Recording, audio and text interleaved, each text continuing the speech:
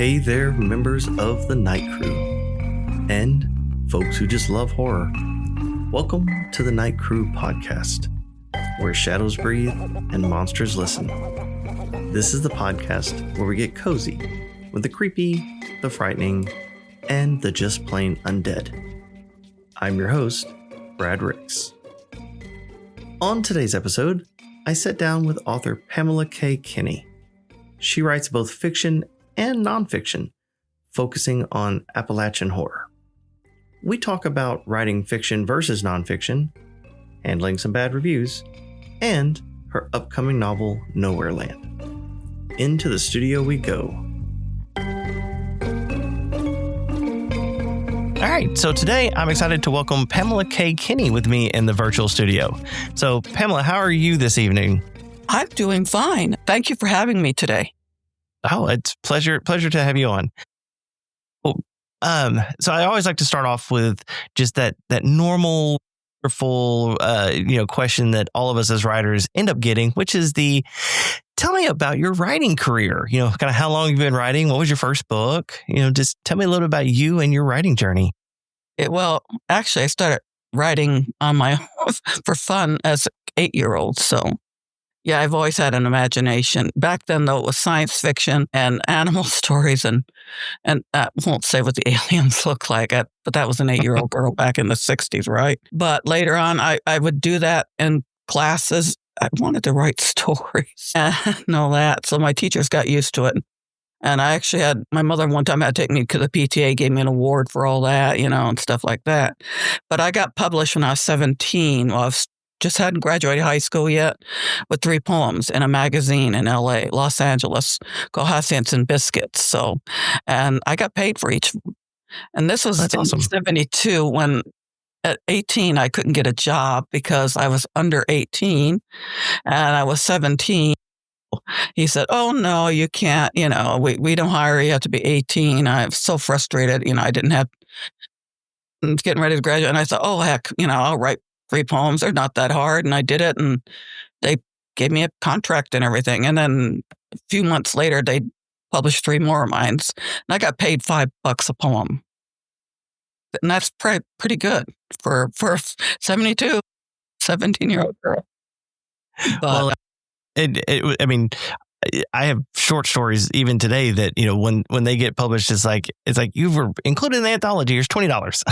So, so $5 then, compared, it's pretty good. Yeah, it is. It was a professional magazine in Los Angeles, but I got articles published and stuff like that over the years. And then, I was stupid. I would tell my young self, now, don't go with that weird plan you had in your head that while you're in college, we'll start with the poetry and then the stories and da. I said, just write the gosh darn novel. There wasn't all that many writers back then, per se. There was no self-publish other than the few that would pay some big rip-off place to make them a lot of books that they couldn't sell out of the back of their trunk. And I probably could have done it. I was pretty good A. In fact, in college, I was in the way above normal English class. I was really good in that, but I didn't. And then by the time I started doing stories, it was this century.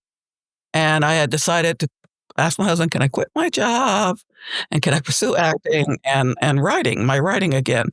And I thought the writing would take off first. So the acting actually took off, which is really bizarre, but yeah, but then the writing started, and I wrote some in one way, and then I wrote under a synonym, Sapphire Feline, which was paranormal romance, usually erotic. So one of them actually won an award, romance writers. And it was not that different than what I would write scary-wise in this side of me, and then I decided to go ahead and start pursuing, because I got a chance, couple of horror stories, but I also got a chance to write real ghost stories, nonfiction ghost books. And the editor that worked for it was part of the horror group. We were the Mid-Atlantic Horror Professionals. And said, did anybody want it? Because she's got the job working at Schiffer Publishing. I like to write real ghost stories. Well, I had heard some even women out in California about out here. And I decided ahead and I went ahead and looked up what a book proposal is, because that's totally a whole different spectrum than writing fiction, and learned how to do a proposal. See, I looked it all up and figured it out and submitted it. And I did Haunted Richmond, the first book. And then I had, after that, Haunted Virginia Legend, Myth and Truth Tales. After that, because it's easy being in-house, I did Virginia's Haunted Historic Triangle, the first Williamsburg, Yorktown, Jamestown, and other haunted location. That was the first book. And then Haunted Richmond, too. And then, of course, Paranormal Petersburg, Virginia, and the Tri-Cities area. Eventually, Virginia Haunted Historic Triangle went to second printing. It went that fast. In fact, it outbeats the Haunted Virginia books. And that one, and a lot of that also comprises with pictures. And there's ghost pictures in them. I learned a lot. I kind of grew up seeing things, and when a mother could have dreams that came true, she would tell me a couple of them that came true, considering a relative and all that, and a friend. So it wasn't anything shocking to me, but it was kind of nice to have, ghost pictures. And if you get them in color, they show better. And I'm supposed to have one in 27 Paranormal Appalachian Trail. So that's going to be the big one. Because that ended up with just the words 90,000. There was no way it's 14 states. This is 60,000. I said, that may be Virginia, but you got 14 freaking states, And I cut a lot of stuff out. So, but that's the nonfiction action. And that actually helps inspire me with stories like in Virginia, there's one in Haunted Virginia that's the Bunny Man. And he's in Fredericksburg. There's a Bunny Man Bridge, and he's supposedly a serial killer that dresses in a white bunny suit with a red hatchet. And of course, there's even been a librarian that lived up there. He grew up with everybody else. They all go see him on Halloween night. If you catches you, you're going to be dead, or all sorts of weird stuff. It's on forums and everywhere. And he tried to find out this guy really existed. I mean, urban legends are urban legends, but some are true. Everything has something. And all he could find, the basis in fact, actually started with the 70s, which is when all the stories started. Because there was 2 police reports. One, a guy in a white bunny suit with a hatchet threatening Air Force guy and his girlfriend in his car. They were talking. And then later on, a security guard at a housing development, a hatchet hit and bedded into by the house thing, so they didn't see so that was the only 2. So that's probably, somebody took that, was a future horror writer, let's be honest, got an idea. But I actually wrote a horror story and did get it published. Bunny Man's gonna get you, where the guy makes yard haunts every year. Well, he was fine when he was working, but he's unemployed. His wife is angry with him. She's the only one working. She's cheating on him, by the way. So there's all this stuff. His kids drive him crazy. They don't want to have nothing to do with something scary. And ends up, he gets possessed by the Bunny Man because he lives up in that area. He gets a white suit and the hatch. It gets pretty. Sometimes I surprise myself when I get something that's really that downright creepy, but it ends up creepy. He turns I always love a good... Well, he turns everybody heads into jack-o'-lanterns, but that's okay. Nice. So I do want to talk about your nonfiction a little bit, because a lot of the people that I end up chatting with, it's all, horror authors and stuff, and that's usually fiction. But I don't always get a nonfiction person. So just kind of talking about your nonfiction for a second. How do you go about, organizing and keeping up with like research and things like that for your nonfiction? Because I know it's a lot of research and a lot of things you typically have to go into that versus fiction writing. So how do you kind of keep up and organize? Well, even fiction, sometimes if you've got to look up something that you don't know or area, but same thing. I buy books that have especially to do with the area and stuff, see what other people have. And then I also look online, because now we got online, you can find lots of things, even forums, like I said, for the Bunny Man of all places, and the Werewolf of Henrico, which is supposedly a real werewolf people have been seeing. And the forum gets more and more. So, and it got me so famous because I wrote the term Werewolf of Henrico instead of Werewolf of Bray Road. Werewolf of Henrico. That the famous lady that wrote the Werewolf of Bray Road wrote a book of American werewolves. She had that coined in the term for mine. So I said she had to read. At that time, it was Haunted Richmond, too, that had the book story, because that's in the Henrico area. And I do have a Werewolves, Dogmen, other Shapeshifters stalking North America nonfiction, too. And that's actually one of my best. People seem to like that stuff. So, but it's books online. That one especially had to be. There was no way I could get anywhere. It was the pandemic. So any pictures I got was locally. I did get when they opened up the zoo up here, the Timberwolf, take a picture of it. Anything otherwise than animals in the zoo or locally, I couldn't get to like Alaska for the Kushtaka and all that stuff like that. But I did get all my facts, and like someone who taught me that's all she does is write nonfiction. Just check your facts. So I did that a lot. The ghost books, same thing. You go out and take pictures. Of course, I started developing after the first book, Paranormal Investigations. I went to one group and I started digital recorder, which is good for actually recording interviews too, because the first time I was writing everything down, and trying to read your own writing is horrible. That, and then pictures, of course, you took that before. Then I got the EMF meter, and then I got my ghost box, which, by the way, does work, because I've gotten a lot of people say things were accurate out what was said through there, well known by fact historians and places I've been in. So that helps a lot. And people want to. I figure, what would I like to read? You know, you got the basic stuff from the books, like L.B. Taylor did here, or people they send stories, or the ones that do pictures only. But what about more? What about ghosts? What about your own experiences? You're going interviewing and all this stuff, yeah, and you're researching legends or you're researching historical facts, but what about your own experiences? And sometimes ghost stories aren't all written down somewhere. So the ghost box gets me to ask questions and see what answers. And I've gotten some creepy things. Interesting. So, all right. And so you kind of, so as you're going through, are you a note taker as you're kind of reading through the different stuff to kind of how you want to organize the stuff that goes into your... Yeah, it's different than writing fiction. You're writing straight from the beginning most of the time. I may write an ending to it. I know where I'm going. And I don't all use outlines. Outlines afterwards as they need. I never did that as a kid. I thought outlines were boring. That's just me. But I would write, except for a few things, like basically everybody's, in fiction, I write everybody's hair color, everything, because it drives me nuts. I used to review, so I can tell you when things that somebody accidentally forgot and that nobody realized, that even the editor, that the eyes change in color later in the book, and I look it back, I say, oh my gosh, it really is. I'm right. So I would write all that down. But for nonfiction, everything's one at a time, chapters. And then eventually I have to kind of figure in my head, how do I want it to organize in the contents, and doing that up, and where do I want everything to go? So that ends up at the end, put together. And then I'll go through edits with that all the way through 3 or 4 times. So, but I want to look at it, I separate them, because it's totally a different mindset than fiction. You want all the way from beginning to end usually. There, it's putting logically where you think you might want the book to look good. And of course, they're going to fix it too. I mean, Schiffer does it their way. I have another one coming out that they didn't at the time accept, because they said ghost books weren't selling, and then they kind of realized their mistake way later afterwards. And this book was took by a small press guy who still owes me for second years. So I was happy to get my rights back, and at least I got that. And my books I had bought, he almost thought he wasn't giving me my money either. And it sold well.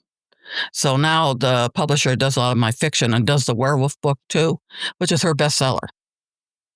Is doing that one that's coming out this fall. But it's all about logically putting them in the right space. Paranormal Appalachian, it was just a lot bigger book. But I had to logically figure from one part where the Appalachian Trail starts in maybe Georgia up to Maine, how I would go it, and set it around to where it followed. So now I don't know. On your fiction stuff, do you see yourself as more of a pantser or a plotter? At this point, I'm probably more kind of a pantser, but I'm not. I do write things down. I don't think anybody should sit there and depend on, I mean, you can write it through. I mean, everything's written through, but I write down when I get to a person, and I realize I better write down their names, eye color, hair color. It may not come up in it, or at least the names, I don't screw up later when I start doing edits and realize I think I messed up on that name, especially when I have one that was demon names. I use real demon names I'll research and something. And so I'm thinking, I don't think that's the way it spells. So I can go back to my notes and which is online on my computer and look up all that stuff. And a lot of Native American stuff. This new one, Nowhere Land, has a lot of Powhatan. And they're actually doing an audiobook. Actress is asking me, how do you pronounce this? I showed her places I found. I said, this is what it's saying. So I'm assuming what I'm interpreting in my head, that's what they're saying back then. I mean, this is, I think, a language at this point. It's not quite around like it was back when John Smith and all them came here. And so Akcha, if I pronounce his name right, is in it, and he's a ghost. So yeah, you're trying to get stuff like that, and I write those down too. And I got a place where of course I do English to this translations. How do if I want something to say this word and all that, because I want to try and make a little, I mean, not saying that sometimes you don't run into spirits that probably listen to us when you investigate, like Ghost Box, but still it'd be nice if they could speak some of that language too, and kind of add a little color to the story.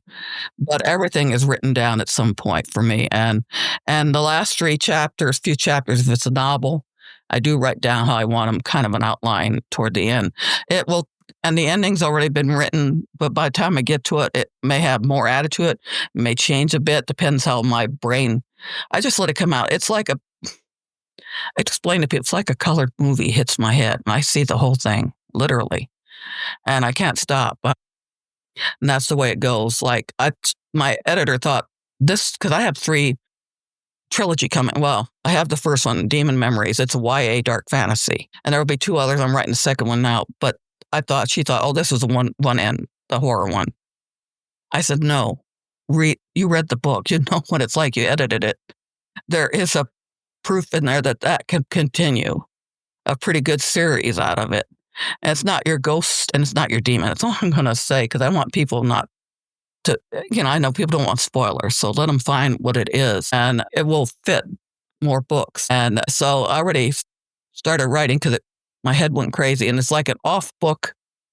It's not part of the series, completely the series, part of the 2 characters in this one. But there are characters in that one that will have characters that end up in the second one. So, and it's got psychic people, dark soul, dark power, dark soul. So they'll continue on with anything to do with this whole theme of what it is. And if you read Haunting of Hill House by Shirley Jackson and Stranger Things, both themes fit. Gotcha. I didn't want a haunted house. I mean, I thought when I was going to, there's lots of haunted houses. And I thought a haunted land. And the funny thing is, it kept running through my head. He's a nowhere land, living in his nowhere land. The whole thing. And I thought, okay. And at first it was Nowhere Town, but no, that doesn't right. And that song kept coming through. I said, Nowhere Land. So that's your latest one that's coming out. Yep. So what's the release date on it? October 7th. It's up for pre-order and it's been selling. Nice. And so October 7th, which I know this episode will probably come out after that. So by the time this episode comes out, then, Nowhere Land will be available. So, people can, go and check it out. But let's see, what do you find is the most difficult part of writing a book? Well, hopefully, sometimes you might stop. I don't get blocked, but I may get stopped somewhere where I have to figure something out. But generally, I have figured it out. And if I'm really interested, the book will finish. And anyway, it takes 3 or 4 edits, and you may find that your own brain that you thought that you didn't do the first time. And that's the whole thing. I think people stop and they want to add something. And I've been in writing critique groups to see this a lot. And some people bring in same chapter several times. I figured by this point, and I took an advice of a well-known at the time who wrote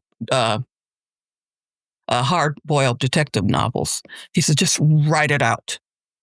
It's not going to be perfect. It isn't. But if you can get it out and then leave it alone and go back, start the edits, you might be surprised. I thought at that point, wasn't sure that Demon Memories was going to be perfect. And I ended up liking it. So I went through it.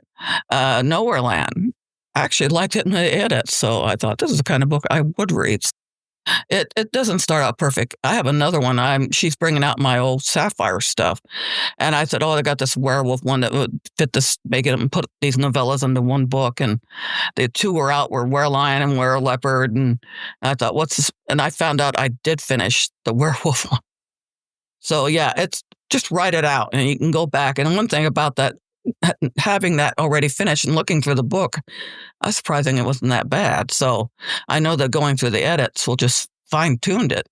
But yeah, write it out. Don't sit there and some people do that, and they'll never get off the ground. You can always fix it. Yeah, that's something I've heard a lot is definitely just as you're going through, just get to the end and don't, because if you're trying to constantly, almost like constantly sharpen as you're going, you'll never get to the end if you keep trying to go back and edit the same 3 or 4 chapters over and over. Because even now, I mean, stuff that I've published and I've gone back and read, I'm like, I should have said that different. I mean, there's always, you can always critique and try to kind of resharpen your blade, so, but you need to just get it onto the page so that way it's at least out. And then put it away for at least maybe a month. So it's like it's forgotten. Just get onto something else. That way, when you see it, it's so fresh. You're going, okay, this isn't bad. I thought it was, but I was wrong. Or yeah, I can fix this, and you'll flesh it out more too. Because I'm just logic anyway. Oh, this doesn't work. This should be switched over the chapter. This piece should be over here because logically this would happen in real life. I'm that kind of way. So put it logically. So of all the books that you've written, what would you say is your favorite? I'd be asking like, what was my favorite child? I only had one son. So I've had that question compared to that before. It's like, yes, it's like picking my favorite kid. Lately, Nowhere Land has really got me excited. And like I said, when I was doing the edits from my editor, that I suddenly realized, and I thought, did I write that? That's a quotable quote, they call them in Goodreads. I looked up my old manuscript because I was starting to change everything that she suggested onto that one and realized those were my quotable quotes. I said, my gosh, this is like the kind of book I want to read, so yeah, that one's, and it's got me excited about as a series. So awesome. Let's see. So do you ever go back and read your book reviews? And if so, how do you handle the negative ones? Number one, I just figure it could be anybody. I mean, it could be that wasn't their taste. It could be a jealous reader of another writer. I can tell you stories. I already know that for my ghost books. I've had one where they wrote to the publisher. One of my ghost books, the one that's the best-selling one, second. And the only reason I know that she screwed up, because they don't know. They're in Pennsylvania. They don't know anything what's in Virginia, how long it takes to get from one place to another. So I knew she lived up in Hanover County, which is up by Ashland. She lived. I live in Chesterfield. I know how hard it is from both ways to get to Williamsburg and how much time on the highway and everything. And she said it only took her half an hour from there. No, it doesn't. It's an hour. So was she out to cause bad trouble? I don't know. I don't know her. I mean, who knows? At some point, you get those too. And you got to learn not to just fluff it out. I mean, there's going to be bad reviews or there are going to be bad ratings. I mean, Werewolf had a couple of 1 stars. Everybody else has got more, but their ratings, I don't know why, how. I mean, there's no, to me, it's when we started having Amazon giving reviews, everybody doesn't, because someone asks, why doesn't people leave enough reviews? Well, number one, a lot of them don't know how to write it. They're not reviewers, they're readers or whatever they are. Though Amazon now has a thing that they can fill out, I think, makes it a little bit easier, or at least allow them to write a couple of lines instead of, that's what they can do. I mean, there's all sorts of reasons. If you let that drive you, then you'll go crazy. And so true. Reviews are one thing people want, but they want other different things too in a book. So you have to think everything positively. So let's see. So I started the Night Crew podcast as a spinoff to my own series, The Night Crew, which is about a team of monster hunters. And all of my scripted episodes are deep dives into some kind of a creature. So with that being said, one of the caveats of coming on the podcast is you've got to talk about your favorite monster. So what is your favorite horror monster? Werewolves, shapeshifters, werewolves, and wereleopards. I like Werewolves and shapeshifters. That's why I wereleopards. wrote the book. And werewolves, you can count dogmen now too, because they look like them. Just because they don't change shape, that anybody's doesn't mean anything. So yeah, they've been. I bought a couple of werewolf horror books just the other day. Yeah, I like ghost stories too, but I like werewolf. I'd have no idea since I was a kid. So why werewolves? I don't know, just something powerful about being able to change the shape and be able to smell sounds and everything else. I mean, just something about it, and it's like frightening if you watch the movies where the guy's changing shape and it's like crack, and they're moving their bodies, and the people might see that while they're watching it, or it's just something about werewolves. I mean, everybody likes vampires, but it's been werewolves for me, so.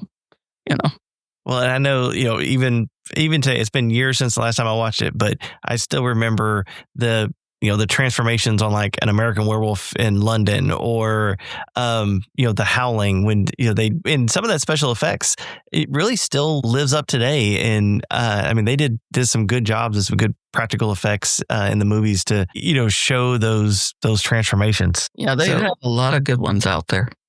Yeah. Another favorite, Dog Soldiers, so.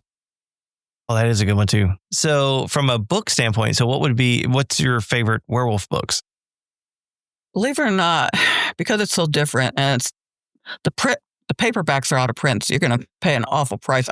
I have no idea why they're charging. At least they got it. Whitley Strieber to sign it. I don't know any other reason why.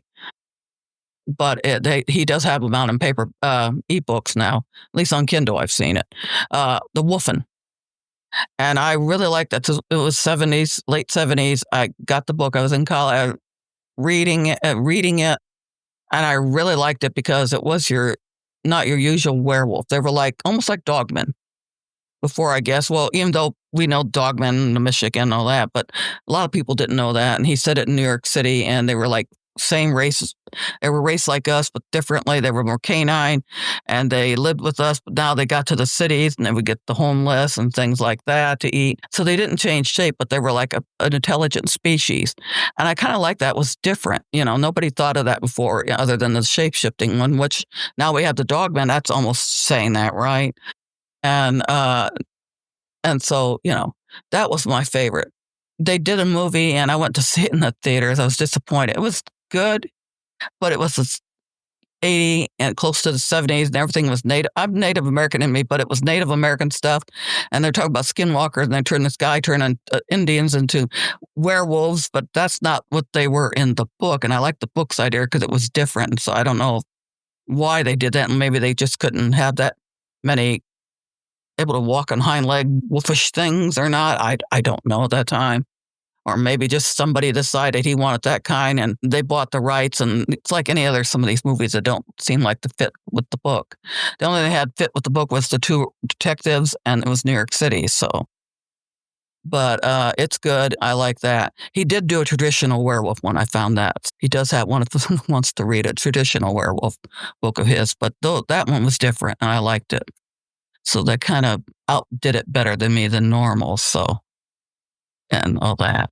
So you use the word werewolf, but then also dogman. So for those listening, what would you see as the difference between werewolf versus dogman? I don't think there's a difference. Dogmen hunters, I know people that do this. It's because I got a short snout. Excuse me, my Siberian Husky had the same length snout as the timber wolf I took a picture of in the book. I said, they don't have it, unless you're counting a bulldog. And now that science has proven all our dogs are descended from two different wolves in prehistory. One was Asian. I'm trying to remember what the other one was they mentioned. So, yeah, if you looked at my Siberian, we've been accused we had a wolf in the backyard. No, he was. That's Siberian Husky. He's got papers. He's a wolf in there, But, yeah, so they don't, I don't know what they thought the dog would have a shorter snout, but they don't. It depends on, I guess, if they're thinking bulldog, yeah, but most of them had about the same length snout. So, what my dog did anyway. And so it's kind of cool because it looks like a werewolf. and all the descriptions. So, hey, my idea is if it's really true, since everything is alternate worlds or dimensions with me, that's my favorite. That's all I'm going to say about Nowhere Land too. But anyway, I always kept saying, if you wanted to, people said, oh, where did Bigfoot disappear? How come we don't? Well, we find Footfoot. Well, maybe they're from another dimension, another world. And they can, portals open and they can cross over into ours. Maybe that's where sometimes people disappear. Well, fairies, people disappeared, So, yeah. Good idea, right? Maybe we've been seeing werewolves, but they weren't really werewolves. If you're a primitive person or a medieval person and you see this wolf thing on legs walk past you and it probably doesn't care carrying a deer, you probably thought it was some evil witch probably turning into a monster. And that's my logic anyway. And it makes a good idea for a good book if you think about it too. So outside of writing, what are your hobbies? Gosh, right now it's been a lot of writing. I'm going conventions and events, obviously. Well, going to see movies or watching movies, stream a lot. I like to go out to eat with my husband. We have favorite places. We like Mexican and Asian. He cooks, things like that. I like to travel. I've had to travel for the ghost books anyway and been to some places. And I've been this year, went to StokerCon. So I was in Connecticut. We traveled for the first time in our new hybrid. So the Camry actually used a lot of electric more than gas, which is nice to save money. Yeah, so I was up to Connecticut. I wanted to stop because I saw, oh my gosh, it's in the book too. Look, it's where Sleepy Hollow is. My husband said, no, we're not stopping. If you're from here and you've probably seen it. Yeah, well, I've been to it. I don't care if I haven't. I want to see Sleepy Hollow someday. Yeah, I didn't get a chance to go to StokerCon, but I've gone to a number of other conventions. Some of the AuthorCon. I was at TBRCon this past weekend, and so I've done a number of other ones. I had some friends who were at StokerCon, but I didn't get a chance to go myself. So and I doubt I'm gonna go next year. I'm kind of tapped out on different conventions to go to. My wife only gives me so much of a budget to travel. Yeah, so I spend whatever if we have leftover income tax for that. I already got anyway. 2 of them I'm a guest, and they're local anyway, so it's not that hard. And I'm doing AuthorCon in Williamsburg, so that's easy. And then I sell well. And I'm doing and I'm doing it because my publisher's doing it. She went and got paid for it. Says, would you like to share a table with me here and do this? I actually sold really well when they did it in August, which was the worst time to do it. They're doing it in March, I guess, in Fredericksburg. Gothic Market, which is part of Grimoire Academy. It's a lot of vendor stuff, but they get a lot of people. They sold 5,000 tickets the first day, Saturday. 5,000 people were in there because I've been to Dragon Con. Yeah. And unfortunately, it was August and hot out there, 100-degree weather, humid. And I think they tried to open, or maybe they left something open for in and out all that people, but it was hot in there. And but I sold a lot of books. And then the second day was 1,500 people. So as long as they're doing it, they got them from all over. They go across the country. So it costs, but you know what? I made my money back for that, plus quite a bit extra. So, but I'm going to sit with her, and that's fine. I'll sign my books there and stuff. And she said I could sell my ghost books, done in the house that are not her. But there's that, and I know there'll be other things coming up. I applied. I'm trying as much as I can local. I know that my husband would rather have me local, not to go so far. But I told him I have these books now that can go out of it. And Paranormal Appalachian Trail, when it comes out, there are going to be people that are going to ask me from who knows where to come sign, even if it's a bookstore. So we'll see how it goes. I want to try some different places, but I already had somebody from New York ask me. Awesome. I said, no. I think my husband said no. A little hard. They were paying me. It might be a different story, but. So where is the best place for listeners to learn more about you and your books? Well, my website, and that's Pamela K. Kinney. It's PamelaKinney.com. And of course, I have a section for fiction and section for nonfiction, so they can look what they want. I'm on Instagram. I'm on Facebook. I'm on Lusky. I'm not on Twitter, but that was a dumpster fire. That's why I dumped off finally. I said it wasn't worth trying to sell there when everybody was fighting each other. So, yeah. And I'd like to try and get TikTok. I still haven't done it yet. I keep thinking more nervous about having to do all those videos, obviously. But yeah, but I am on the other ones. And on Facebook, I'm on my regular one, and then, which is the wall. They used to call it the wall, and then the Facebook page. So, but yeah, my website's the best. It'll have all the books up there. She has all the links. I have a webmaster. I paid someone a long time ago. She's inexpensive, but she's worth it. I give her a Christmas present. She's worth her weight in gold. She gets me to do what I want to do right and not worry about that website. All right. Well, and I'll make sure and get all the links from you for all your social stuff, and that way we can put those in the show notes. And so then it makes it easier for people to anybody who's listening can go ahead and find any of your information in the show notes. So it'll make it nice and easy for them. So with that, I think that's pretty much it. So I thank you for being on the a guest on the podcast, and I really appreciate it. Everybody look for, by the time this episode comes out, Nowhere Land will be already released. So hop on Amazon, go pick yourself up a copy, and other than that, I really appreciate you hanging out and chatting with me for a little while. No problem. It was a lot of fun. Awesome. All right. Thanks. Thank you.